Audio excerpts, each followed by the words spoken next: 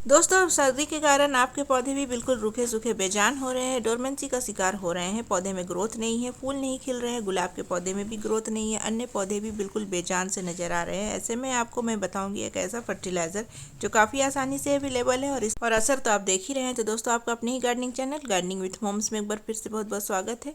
तो दोस्तों, ये रहा मेरा छोटा सा गार्डन ओवरव्यू जो मैं आपके साथ आज शेयर कर रही हूँ पहली बार। तो दोस्तों, आज है दिसंबर की 14 तारीख और ठंड जो है काफ़ी बढ़ चुकी है।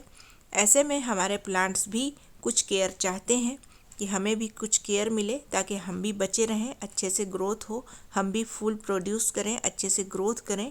तो दोस्तों, इसके लिए हमें कुछ काम करने होंगे।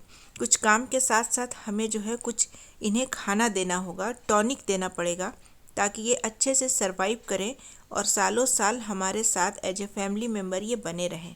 तो दोस्तों, सबसे पहले हमें क्या करना है, प्लांट्स को क्लीन करना है।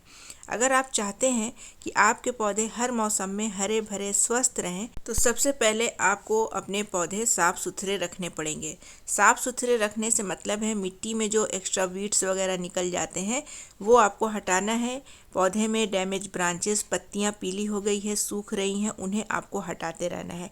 ये सारी चीज़ें आपको ध्यान देना है, चाहे आपके पास जितने प्लांट्स हो, कम हो ज़्यादा हो, सारे में आपको ये चीज़ों का ख्याल रखना है कि मिट्टी में ईंट पत्थर के टुकड़े ना हो या फिर मिट्टी में जो है कोई बहुत ज़्यादा अगर कोई प्लांट अनवांटेड निकल रहा है तो उसको हटा लें।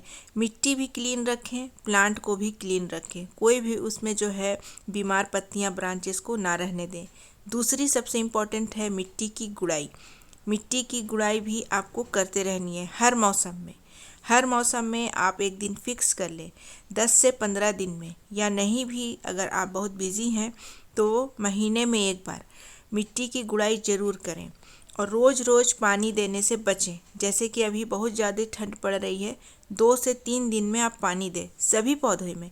ज़रूरी नहीं कि सिर्फ शो प्लांट्स में ही पानी गैप करके देना है, गुलाब के पौधे में भी पानी गैप करके दें, या फिर कोई अन्य पौधा है जैसे बोगनविलिया, हिबिस्कस, कोई भी पौधा है उसमें पानी गैप करके दें।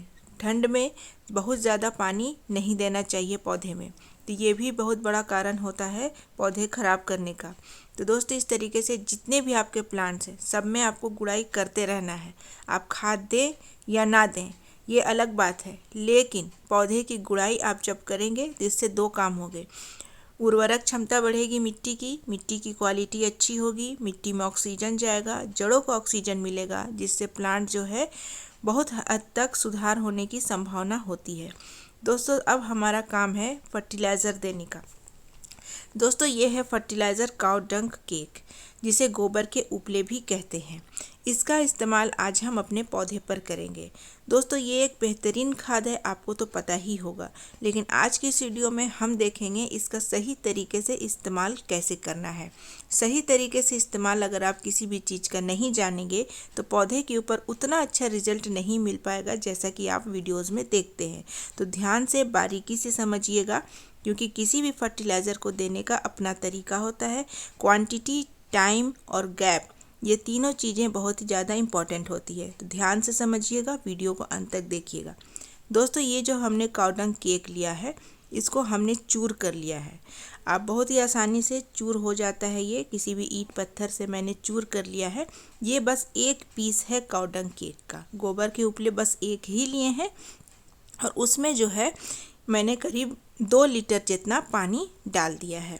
तो चूर करके पानी डालना है। अगर आप साबुत रखेंगे इसको पानी में तो ये फूल करके ऊपर की तरफ आ जाएगा, पानी के अंदर ये नहीं जाएगा। तो फिर आपको ईंट पत्थर से इसे दबा करके पानी के अंदर डालना पड़ेगा। तो इसीलिए हमेशा मैं चूर करके डालती हूँ ताकि ये नीचे बैठ जाए। और ऊपर से आपको किसी भी चीज़ से इसको कवर कर देना है। कवर करने के बाद आपको इसे 15 दिन तक छोड़ना है कम से कम। आप चाहे तो 1 महीना, 3 महीना भी छोड़ सकते हैं। मैं यहाँ 15 दिन के लिए इसे छोड़ रही हूँ। 15 दिन के बाद आपको क्या करना है वो मैं आपको बताऊँगी, लेकिन हर 3 दिन में आपको इसे किसी लकड़ी के सहायता से चलाते रहना है और कुछ नहीं करना है। चलाना है और उसके बाद वापस से कवर कर देना है ढक करके। फिर 3 दिन के बाद आपको फिर चलाना है। तो 15 दिन तक होने में 5 बार आपको इसे चलाना है। 15 दिन के बाद जो है ये बिल्कुल डार्क कलर में बदल जाएगा। इसका कलर आप देखिए, अभी मैं आपको दिखाती हूँ। कलर जो है बिल्कुल इसका डार्क हो जाएगा। डार्क होने से समझ में आ जाएगा कि अच्छे से ये फर्मेंट हो चुका है। इस तरीके से ये देखिए, ये बिल्कुल बहुत ज़्यादा डार्क हो गया है। तो अपने अपने प्लांट के हिसाब से आपको इसे देना है। अभी ये बना नहीं है, आगे के वीडियोस में मैं बताऊंगी इसको बनाना कैसे है। सबसे ज़रूरी चीज़ कि इसको देना कैसे है, ये बहुत ज़्यादा मैटर करता है।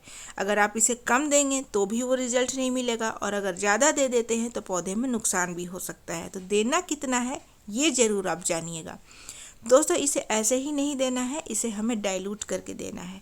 इसमें नाइट्रोजन की मात्रा बहुत अधिक होती है, तो अगर आप ज़्यादा नाइट्रोजन भी पौधे को देंगे तो पौधे को वो जला सकता है।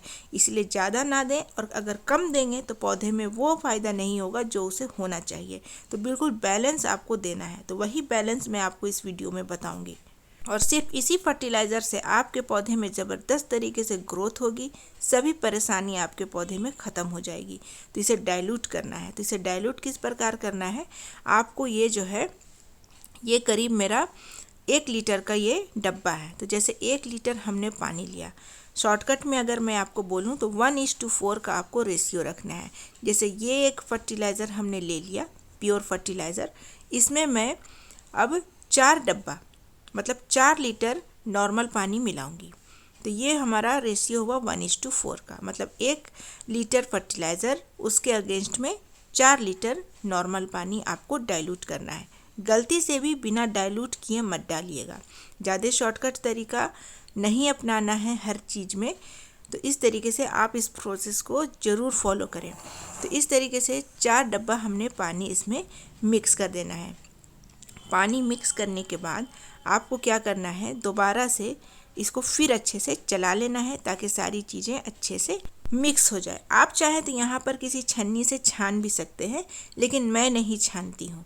और ये गोबर के उपले आपको किस प्रकार के लेने हैं वो भी मैं आपको बताऊंगी। तो दोस्तों यहाँ पर हमारा फर्टिलाइज़र बिल्कुल बन करके तैयार हो गया है, 1:4 के रेशियो वाला। और इसे हमें किस प्लांट में देना है, कितना देना है, चलिए वो भी मैं आपको दिखा देती हूँ। इसके बाद दोबारा से मैं फिर बनाऊंगी, वो अलग तरह के प्लांट में देने हैं। तो चलिए दोस्तों देख लेते हैं इसे देना कैसे है। तो दोस्तों 1:4 वाला रेशियो जो था वो मैं दूंगी अपने हेवी फीडर प्लांट को, और गमले का साइज कम से कम 8 से 10 इंच होना चाहिए। तो इसमें मैं आधा लीटर जितना दूंगी, और इस प्लांट में भी आधा लीटर जितना दूंगी। तो मतलब कि हेवी फीडर प्लांट अगर आपने 8 से 10 इंच के पॉट में लगा रखे हैं तो उसमें आधा लीटर देना है। लेकिन यहाँ पर देखिए, ये जो प्लांट है ये भी फ्लावरिंग प्लांट है, लेकिन मैं इसमें आधा लीटर नहीं दूंगी क्योंकि इसका पॉट का साइज बहुत छोटा है और प्लांट भी इसमें छोटे हैं। तो इसमें जो है आधा लीटर नहीं देना है, मतलब कि 1 लीटर में आपको 4 गमलों में डिस्ट्रीब्यूट करना है। तो इस तरीके से आपको ये जो रेशियो है ये आपको ज़रूर मेंटेन करना है, और यही सारी बारीकी जो है आपको देखना है वीडियो के अंत तक, ताकि किस प्लांट में कितना देना है तब आपको ज़्यादा से ज़्यादा फ़ायदा हो। अब देखिए यहाँ पर ये हिबिस्कस का प्लांट है, ये भी फ्लावरिंग प्लांट है, हेवी फीडर प्लांट है। तो इसमें भी मैं आधा लीटर जितना दूंगी, और इसके गमले का साइज भी थोड़ा सा बड़ा है, 10 इंच जितना। तो इसमें आधा लीटर सफिशियंट होगा। दूसरी जगह ये मेरा 14 इंच का ग्रो बैग है, तो लेकिन ये भी हिबिस्कस का प्लांट है, बड़े ग्रो बैग में लगा हुआ है। लेकिन इसमें ऐसा नहीं कि मैं 2 लीटर दे दूँगी, ऐसा नहीं करना है। इसमें भी मैं करीब देखिए, ये हमने आधा लीटर से थोड़ा ज़्यादा आपको ये देना है। अब है ये इफोर्बिया मिली का प्लांट, जो बड़े ग्रो बैग में मैंने लगा रखा है, 14 इंच के ग्रो बैग में। तो इसमें भी मैं आधा लीटर से थोड़ा सा ज़्यादा क्वांटिटी दूंगी। तो दोस्तों इस तरीके से आपको क्वांटिटी ज़रूर मेज़र करना है, और किस तरीके से डाइल्यूट करना है वो भी आपको ध्यान देना है। दोस्तों अब हम यहाँ पर दिखाते हैं, यहाँ पर जो था हमारा 1:4 वाला रेशियो, अब मैंने दोबारा से 1:6 का रेशियो बनाया है। तो ये मेरा डब्बा जो है थोड़ा सा खाली था अब, लेकिन ये आपको भरा हुआ नज़र आ रहा है। तो 1:6 का जो रेशियो है वो मैं कौन से प्लांट में दूंगी और कितना दूंगी, चलिए वो भी मैं आपको दिखाती हूँ। जैसे आपने कोई सीड्स लगाए हैं, तो अब सीड्स जो है कम से कम महीने भर के हो गए हैं, ये कुछ फ्लावर के सीड्स मैंने लगाए हैं और ये काफ़ी अच्छे से अब उग गए हैं और काफ़ी अच्छे से अब ये डेवलप भी कर रहे हैं। इसमें काफ़ी सारी पत्तियां आ चुकी हैं। अब ये सीडलिंग वाले दौर से बाहर निकल करके डेवलप कर चुका है। तो ये जो है इसमें कितना देना है, तो इसमें हम 1:6 वाला रेशियो जो है थोड़ा थोड़ा, मतलब कि 1 लीटर को मैं 6 पॉट में डिवाइड करूँगी। मतलब 1 लीटर को इस तरीके से देना है कि 6 पॉट में इक्वली वो डिस्ट्रीब्यूट हो जाए। थोड़ा थोड़ा करके आपको अंदाज से देना है। तो इस तरीके से आपको नए जो आपने प्लांट्स लगाए हैं सीड से या फिर कटिंग से, उसमें भी नए नए पत्ते आने शुरू हो गए हैं, 4 5 6 पत्ते आ गए हैं, उसमें आप इस क्वांटिटी को मेंटेन करेंगे।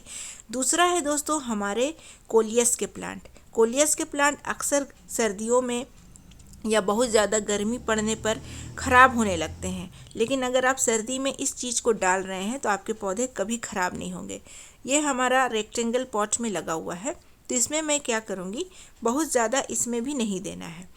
तो ये जो है इतना है, अब मैं इसे आधा ही इसमें डालूँगी इस तरीके से।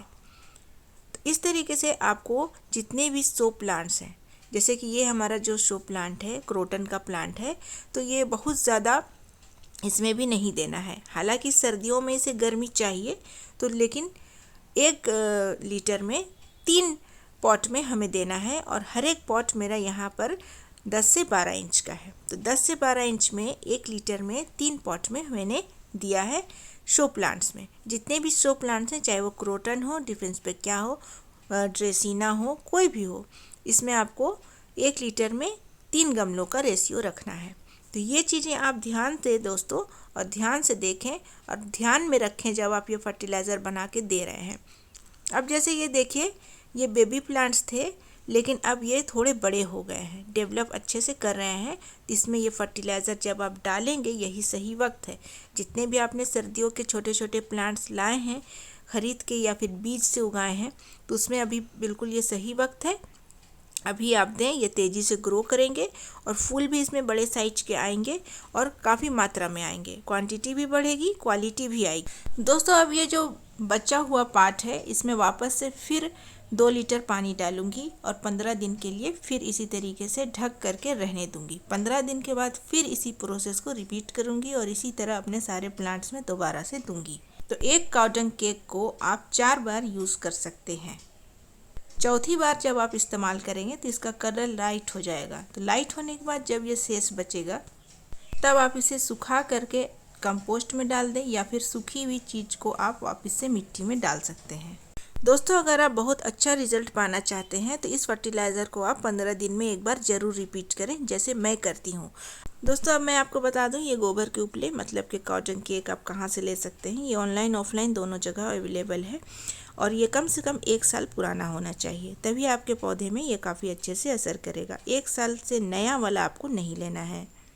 तो दोस्तों आप देख सकते हैं मेरे जितने भी प्लांट्स हैं सब खुले आसमान के नीचे हैं और इनमें कोई ठंड का असर या डोरमेंसी का अटैक नहीं हुआ है, बस इसी फर्टिलाइज़र की वजह से। तो दोस्तों आप भी अपने प्लांट्स का ख्याल रखना चाहते हैं तो इस फर्टिलाइज़र का इस्तेमाल इस तरीके से ज़रूर करें। तो दोस्तों आज की वीडियो के लिए इतना ही। अगर ये वीडियो अच्छा लगा है तो वीडियो को लाइक, चैनल को सब्सक्राइब और दोस्तों के साथ शेयर ज़रूर करें। प्लांट्स रिलेटेड कोई भी प्रॉब्लम है कमेंट सेक्शन में पूछें। मैं आपसे मिलूंगी परसों फिर किसी न्यू वीडियो के साथ। तब तक के लिए bye, take care, happy gardening.